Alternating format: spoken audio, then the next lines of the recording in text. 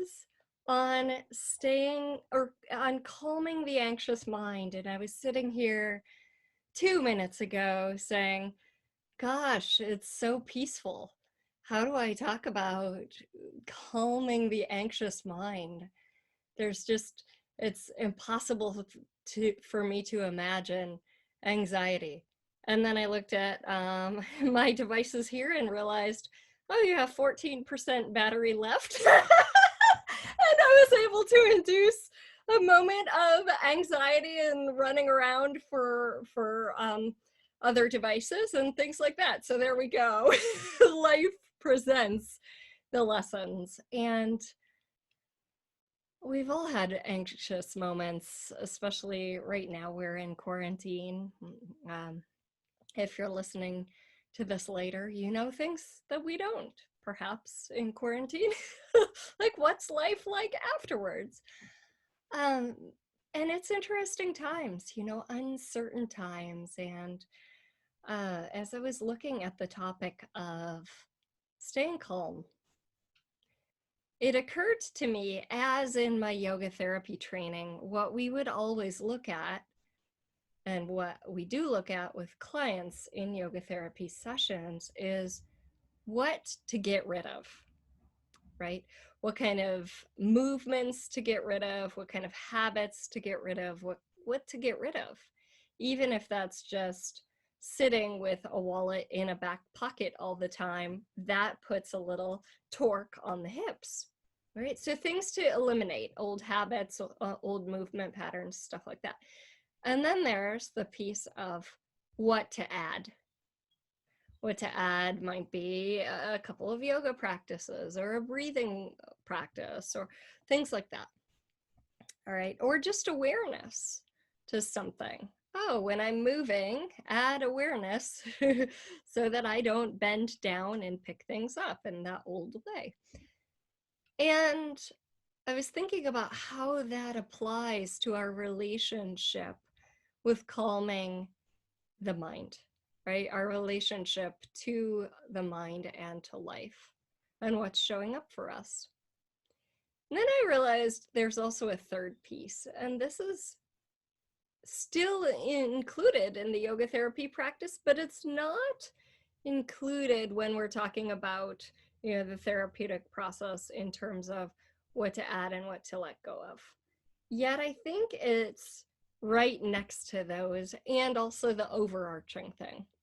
And that is changing our relationship to our mind or to our thought, and ultimately to ourselves. So as we dive in today, we're going to talk about each of those, right? What to get rid of. Getting rid of the media, like incessant media chatter, which a lot of people are listening to. And if you're listening to this show, you likely aren't listening to that as much as most of the population out there, right? You're a little different. Like, I'm a lot different. And then there's what to add.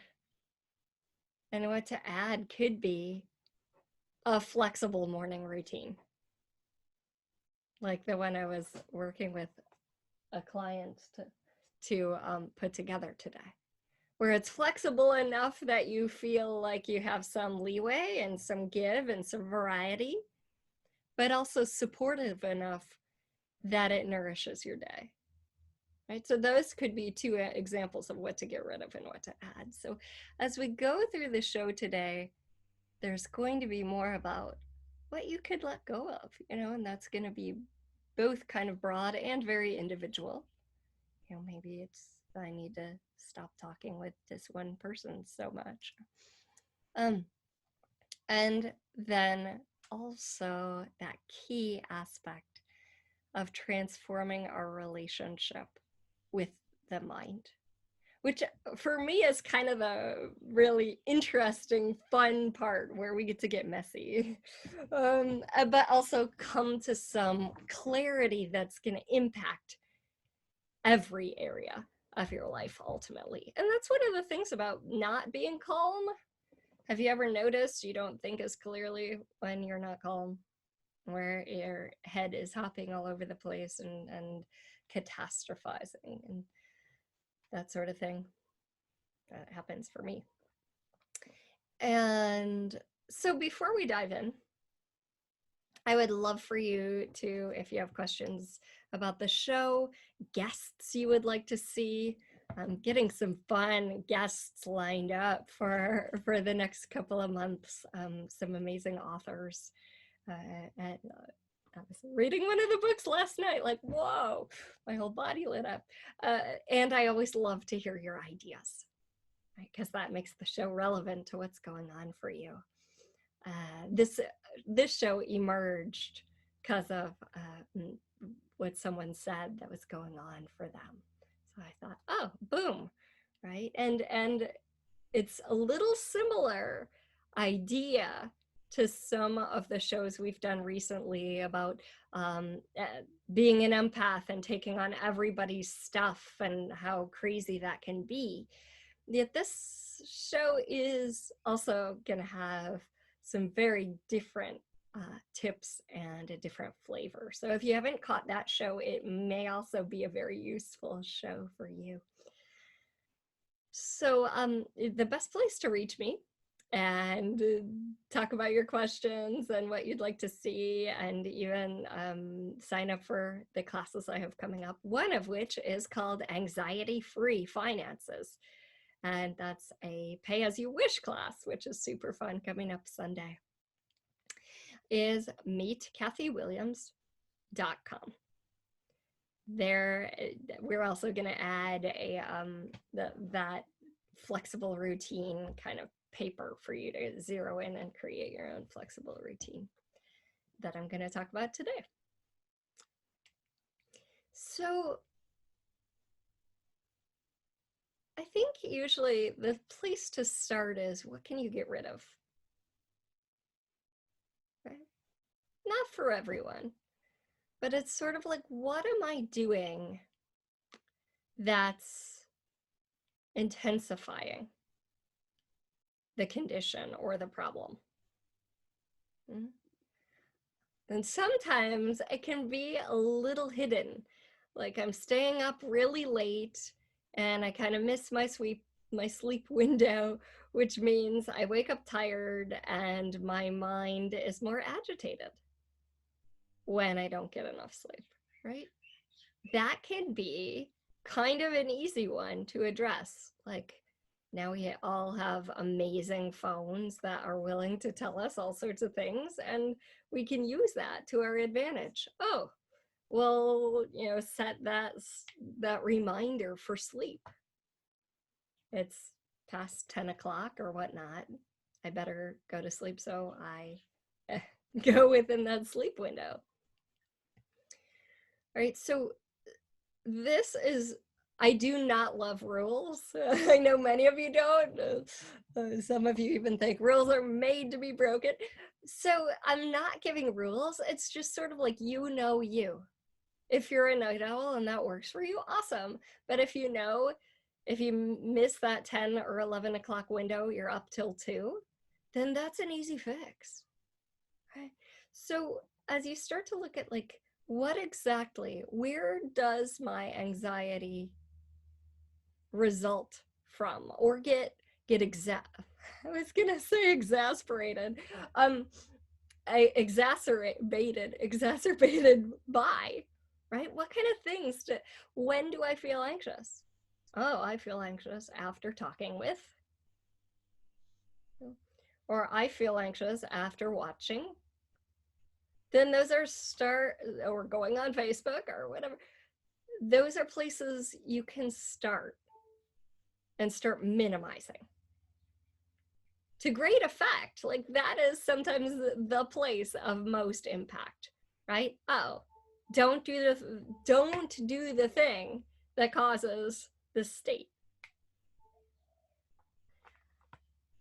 Now, that can also be easier said than done, right? Like, oh, when I think about the future, or I think about the fact that I haven't had a job for 2 months and what that's going to look like, and not knowing, right? that's when I get anxious. So this is a whole different story, because suddenly it's not the outer world seeming to cause the anxiety. The outer world never causes the anxiety. It's actually always the inner world that does. But here we get to start to see that it's the inner world causing the anxiety. Let me give an example of what I just said. Like, the outer world does not cause the anxiety. Okay. Or the frustration, or the whatever you go through. If you and I are seated at a cafe, and let's say a medium-sized dog, so it's not a tiny, tiny dog, but it's not huge, runs up to us at, like, we're sitting outside. So it runs up to us, and you are like, oh, how cute. I love this little dog, and I'm freaked out. Right? This is an opportunity to see that, oh, it's not the situation that caused the stress. Right? We both responded in two very different ways. You love the dog, I'm freaked out. Similarly, in what's going on in the world right now, a lot of people are loving this inwardness time. Inward time. And then a lot of people are anxious. And we could say yes, because they're in different financial boats, or they're in different, different circumstances. This can be true. And ultimately, what's causing the emotion that we're experiencing is not the outer world. It's what's going on in us. Our stories, our thinking about something. Okay. And that's not to say we can't create things that help us, right? And minimize the things that provoke anxiety, and maximize the things that provoke or evoke calm. So let's go now to, okay, well, when I'm thinking about the fact that I don't know what the future of my work is like, that's the real anxiety provoking thing. Then we can start to look at, okay, every time I have that thought, it's a temporary thought, right? It's like, I am the sky. I'm the sky, and this thought floats by, and I can get hooked into it and imagine that it's real, and sort of draw more clouds to it, and then the clouds feel real, and it gets scary. Or I can look at that thought and say, okay, in every situation in my life that I've been fearful, I've made it through. Right? I've gotten to this point. And that doesn't mean situations have always been easy. But I have resilience,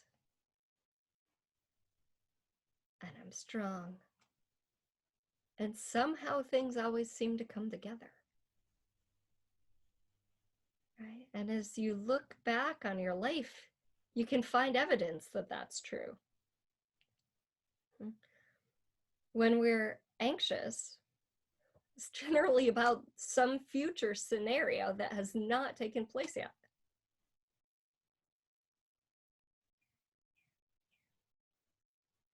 So looking at the past for evidence of the fact that each time you've had that, you've made it through.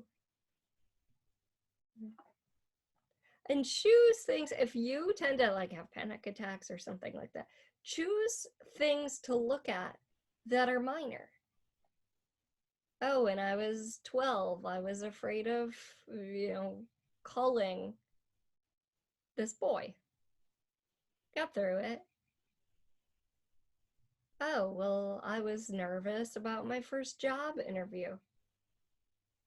I got through it. I got the job. Whatever it is.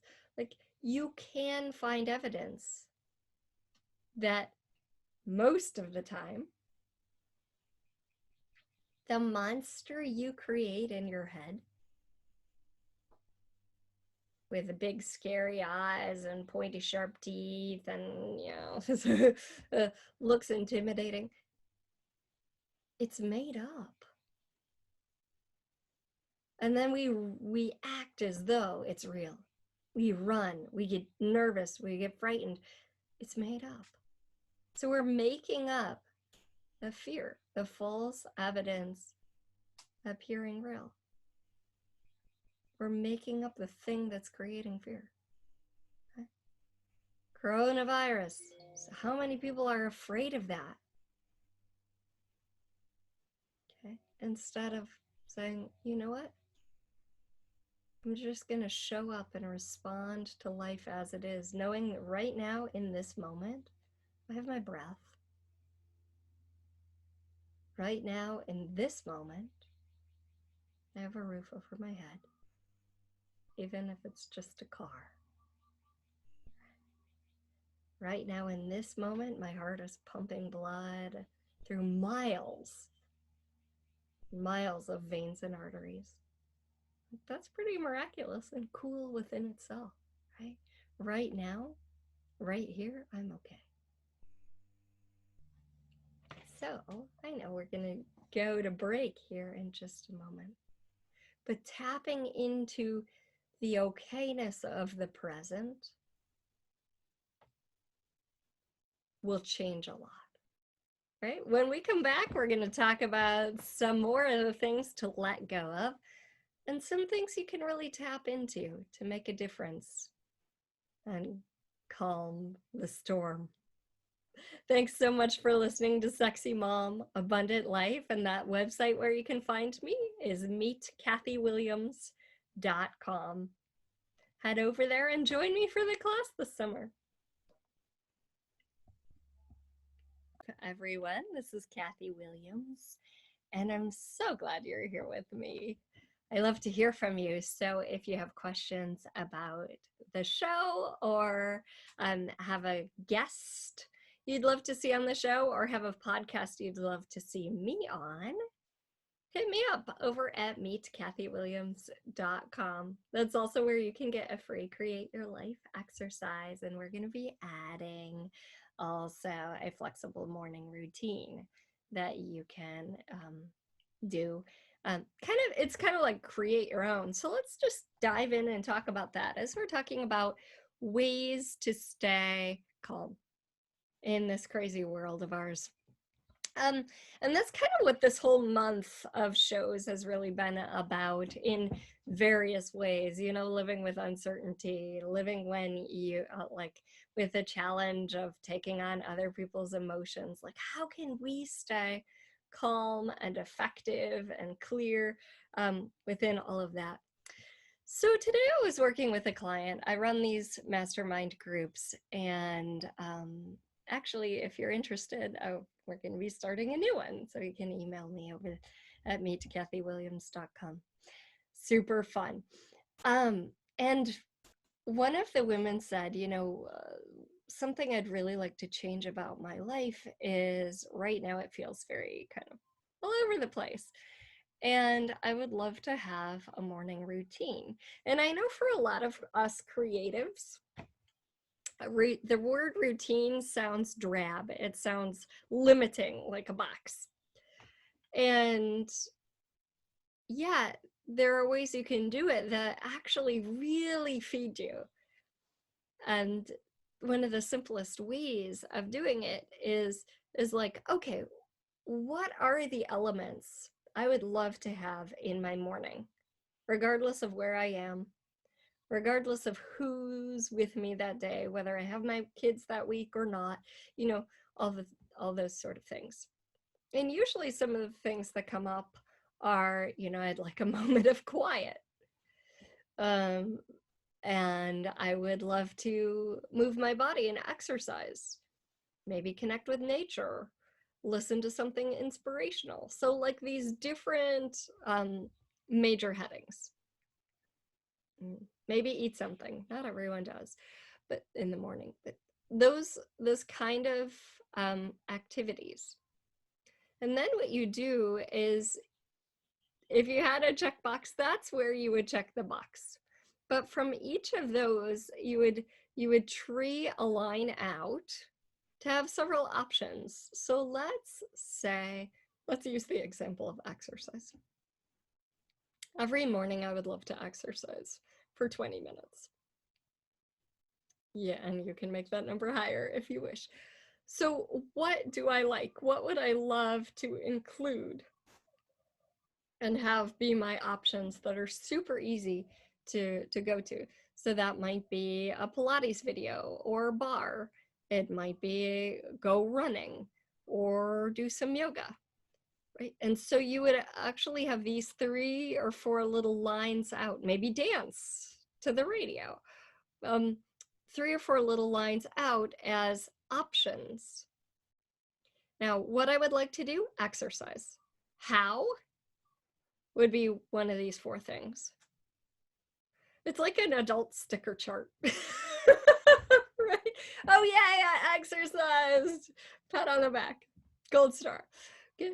A moment of quiet. How could I receive that or have that? Okay, wake up earlier. And maybe that, to have my time without my husband, or maybe even set aside, like every morning going on the porch, having my coffee, just looking at the trees, or meditate, or listen to a guided meditation, or journal. So what would you like? Quietude. These are 4 ways I could get that.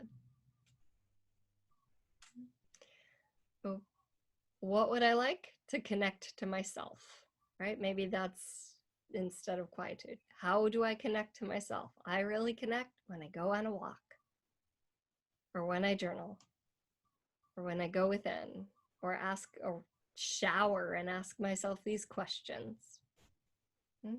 So major line would be connect to myself, and then how I'd get it would be these 4 little lines coming off that.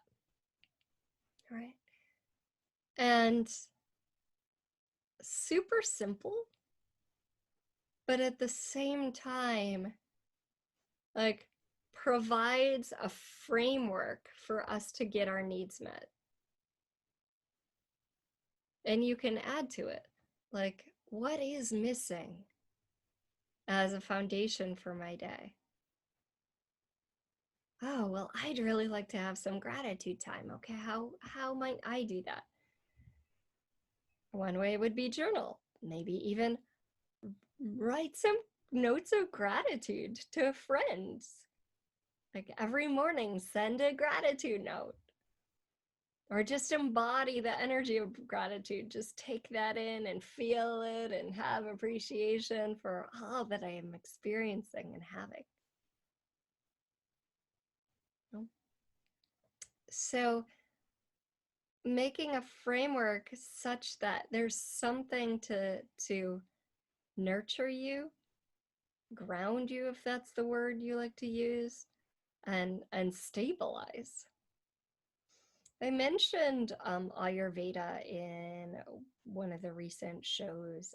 I think that was the show for when you take on other people's stuff. And, there in Ayurveda, that's the science of the holistic medical science of India.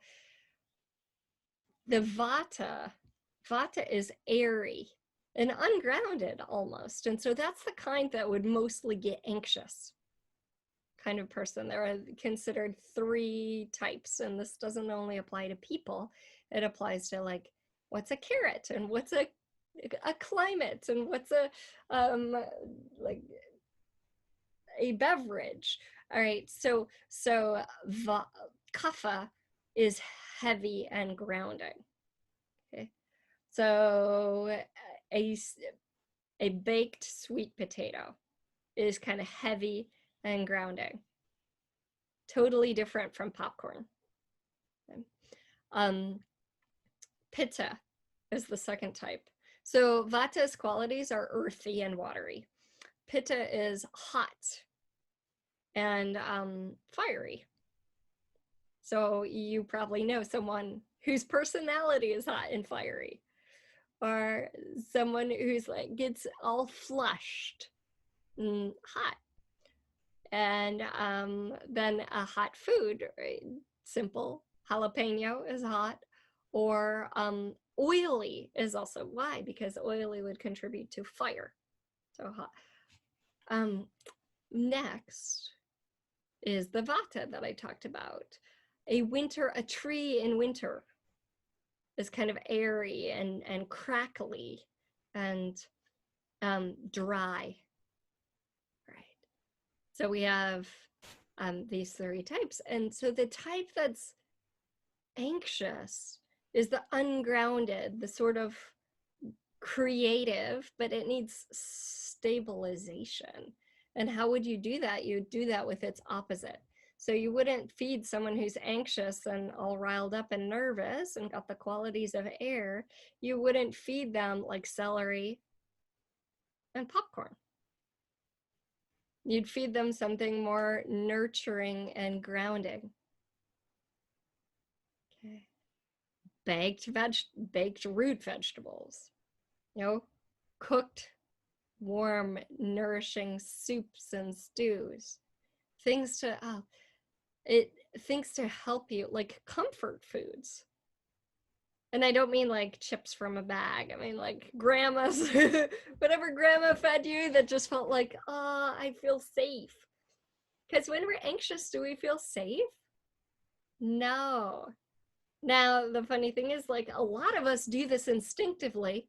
We eat to ground. I was a big, like, yeah, I did that, right? I know what that's like. I don't do that anymore, which is so freeing. But the foods, when I'm feeling ungrounded, like I've been on airplanes and I have noisy kids around and like, whoa, there's a lot going on. Going back to that baked sweet potato or some nice, like fatty Indian food for lunch is amazing because it's got that grounding element. It's balancing out the mobility of air. Okay. So Ayurveda is a fun thing. Again, if you don't make it to like, this is the rule and I've got to follow the rules.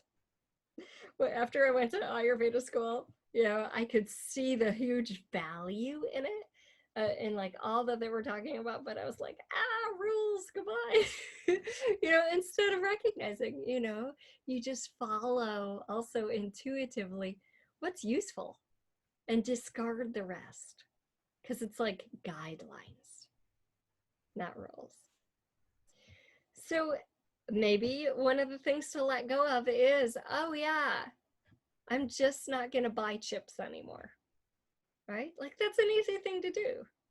I'm trying to ground through eating chips. Not going to do that. And that's another reason why people go to sweet foods, because they're grounding and they feel, in a sense, even with their empty calories, the sugar calories, they feel nourishing. They feel that way. But we have to look at, is that really nourishing my body and my brain? Like that. So now as we look at what to add, it's like, what kind of things, like if I'm getting rid of something, a lot of times it's nice to add something, not necessarily to take its place, but maybe sort of. And so you don't feel like deprived. Oh, well, I've been spending a lot of time on Facebook.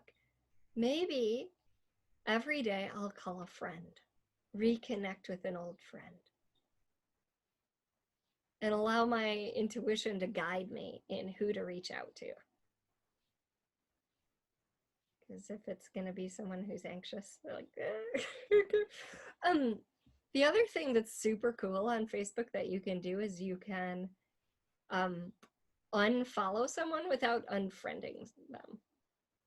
That means, or you can see fewer posts of theirs, still see their posts, but not see quite so many. So if you do have a person who continues to post negative, agitating stuff, oh, I can still keep them as a friend without having to see all this craziness.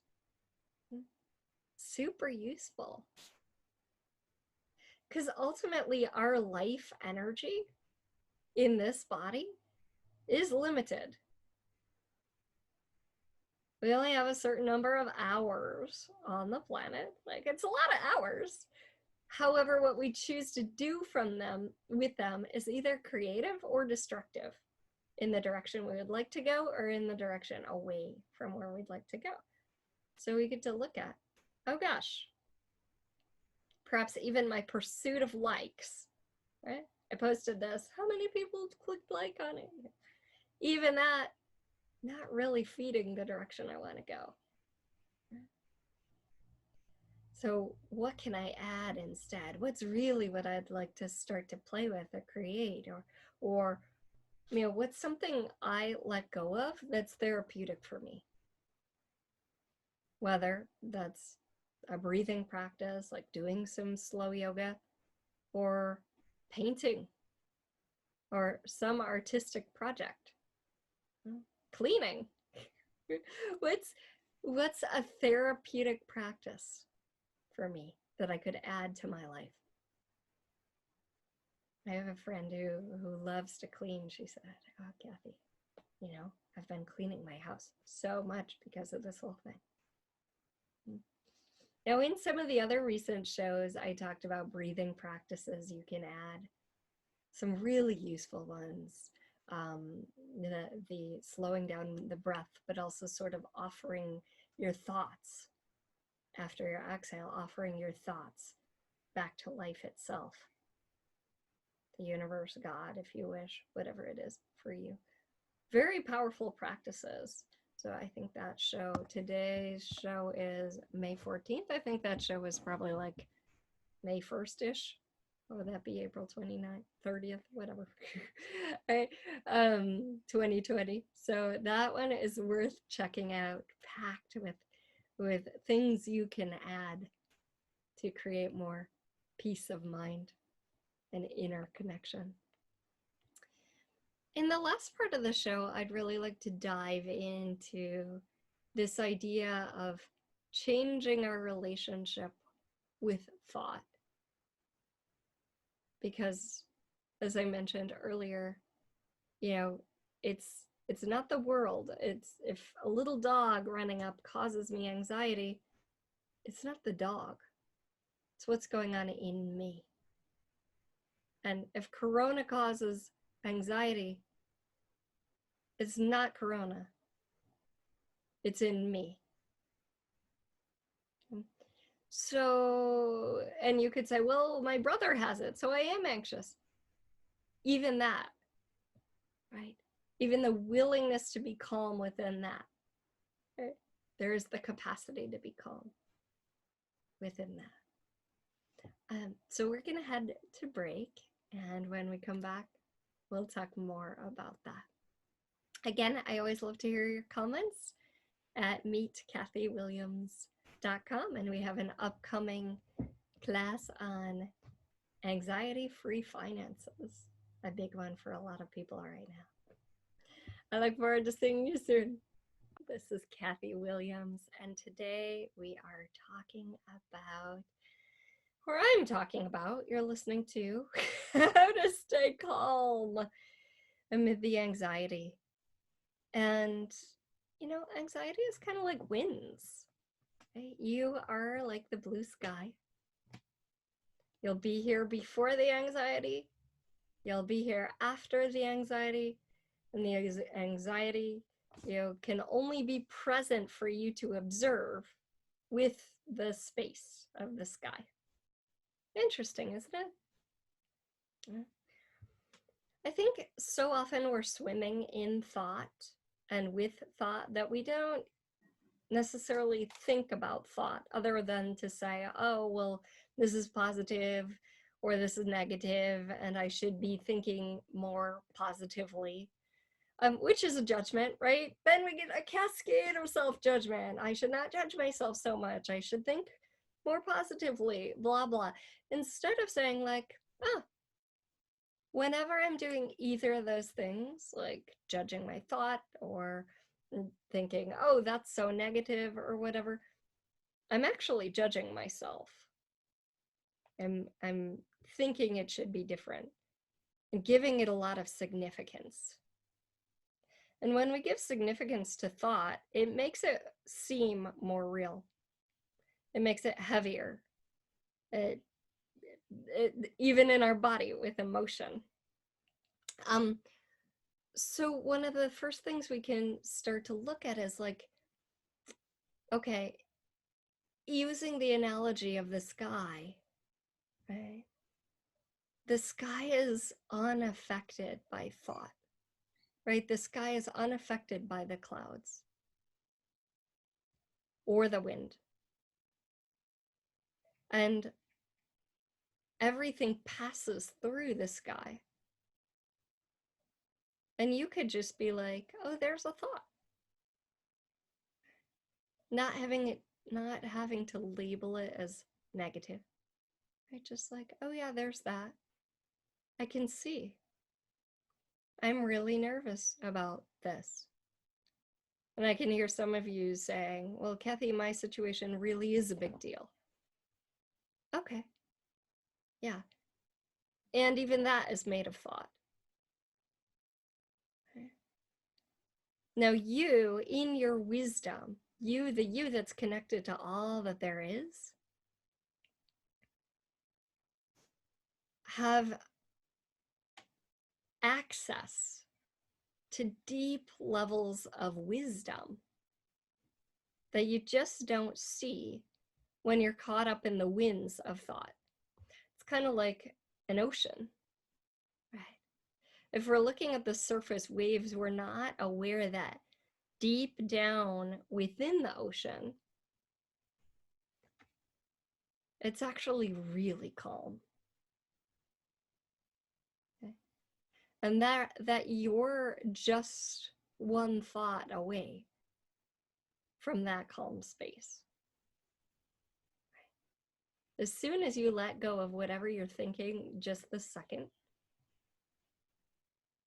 in a moment, it could be a long moment, it could be a brief one, another thought will arise. And it could be an idea that you love. Okay? Like when we think we're at the end of what's possible, that too is only a thought. If we can ask a question, I wonder what else is available here. Universe, I'm open to that. Right? Questions open to possibility. They're the curious mind. They're the open mind. I remember Stephen Bowman, he's an author of several books. He said a problem is only a possibility with a judgment attached. The nature of thought is that it's temporary. It can't entrap us. We can think that it can.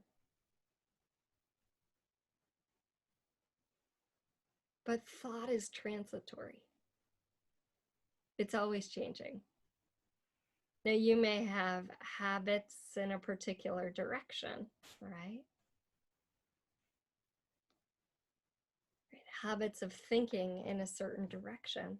And as you start to examine them, and you know, one of my teachers, my coaching teachers was Michael Neal. And I love the analogy he gives because he says thought is like Plato. Thought is like Plato of the universe, and we're making things up constantly, and it's always malleable. And if you don't like what's showing up through and via your thought, all you have to look at and say, you know, it's made up.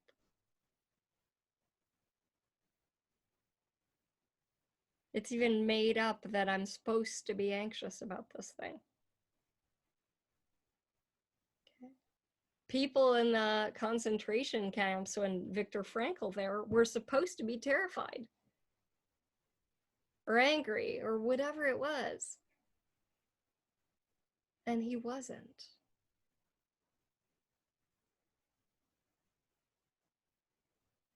In gratitude, you can't be doing, when you're in gratitude, you can't be judging simultaneously. And I'll give you this example of that. So let's focus on our fingernails, all right?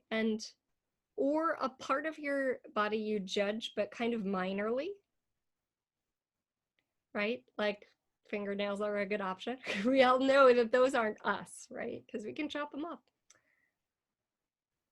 So focus on your fingernails and find something about them to judge. All right. Maybe if you love your fingernails, choose something else, right? A mole or something. Okay. Now judge that. Now shift and have gratitude for that. Right. So you're judging it first, and then you're shifting and you're having gratitude. Now, can you do this, the two things simultaneously where you're like judging and grateful? It's like a mind bender, like, I'm trying, but no, it flips back and forth really quick, but not really. Yeah. So, what can you find to be grateful for? And how can you expand that?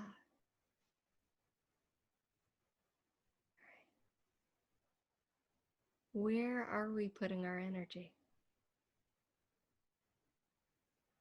It's all made up, so you may as well put it in a fun direction. I'm looking at the ocean right now, and there are these trees hanging, and not blocking my view. But in 2 months, if we don't change it, they probably will block my view a little bit. And I could bemoan the fact, oh, these trees grow so fast, blah, blah, blah. Or I can be super grateful. Wow, I live in a green place and it's got shade, and I kind of like the shapes of those leaves. They're kind of waxy looking and interesting. I like it, you know? And they're waving in the wind. Or I could find things to curse about it. Well, the same is true of any situation. And if you can't find the gift in it yet, then ask. And you may not find the gift instantly, but you may. Right? I'd really like to see the gift in it. I'd like to receive the gift from it. I taught a class last year, I think, called 5 Days of Energetic Exercises for Receiving. And if you haven't taken that class, you should take it. It's amazing. People liked it so much that they asked for several extra days, and we did more days of it. And one of the tools that we did in 5 Days of Energetic Exercises for Receiving is super simple, and it's just like for everything. And maybe we'll do this for a couple minutes. For everything. Yes, I receive you. Thank you for being. So even that anxious part of you, the part that really wants to be in control, the part that wants to know what's going to happen next, the part that feels vulnerable and maybe confused, right? Even that, yes, I receive you. Thank you for being. Even your self-judgment, yes, I receive you. Thank you for being. Everything, yes. I receive you. Thank you for being. Whatever thoughts arise, yes, I receive you. Thank you for being. And as you do that more and more, maybe you notice already, you begin to develop this powerful space of openness, receptivity, and there's a loving generosity that results. So check that out. 5 days of energetic exercises for receiving in the shop at meetkathywilliams.com. And y'all, for listening, get 20% off by using the code S like sexy, M like mom, radio, S radio, and you at meetkathywilliams.com. And you know, as I was leading that, I just got a video testimonial this morning from a woman who took my Ho'oponopono class. And Ho'oponopono is a process of self-forgiveness. And she said, Kathy, I've done transformational tools, I've done access consciousness, I've done a lot of things. And I was still stuck with this kind of level of self-criticism that I would even judge myself for that, right? Because it's still here, and why isn't it still here? It shouldn't be here. And she said, doing the Ho'oponopono class with you changed it, because I embraced a level of self-loving that I never had before. So I invite you to join me. You can purchase the class again. You get the 20% code SM Radio on the site. Previous class, and then I'm having a live class coming up on May 26th, and they're just so fun and so powerful. And you get several different approaches to Ho'oponopono, so you can explore and see which is a fit for you. And like Judita, who sent me the video, that practice really impacted my life in beautiful ways as well. So I'd love to have you there. So let's just go back over recap. Okay. What can you let go of? Maybe some things come to mind right now. Maybe over the course of your week, of your life, you'll identify, oh yeah, that part's not working for me. Let me change it. And then what can you add? What is working for you? How could you enhance that, expand that? And what else could you add? Whether that's meditation, exercise, nourishing foods, relationships, journaling, some of the practices I've listed on the other recent shows. Like, what can I add? Even the gratitude practices. Yes, I receive you. Thank you for being. And then just the recognition that you don't have to think positively. You just have to realize your thought's made up, and that after your negative thought, a new thought will arise too. And you don't have to buy that as real either. So thanks so much for listening. I hope you found something that you find really useful, and see you next week. If you can't wait that long, I'm also on Spotify, YouTube, IOM.FM, iHeartRadio. Where else? iTunes Radio, all the places, Google Play. All right. See you soon. And hey, check out my anxiety-free finances class on Sunday. It's pay what you wish, so no reason not to join. See you soon, guys. Have a great week, and aloha.